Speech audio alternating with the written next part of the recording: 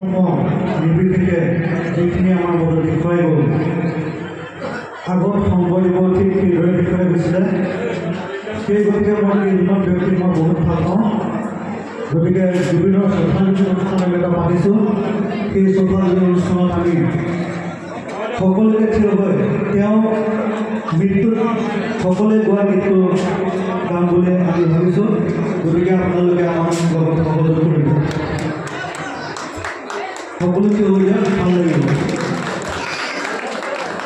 মই ধৰিছোঁ মায়াবী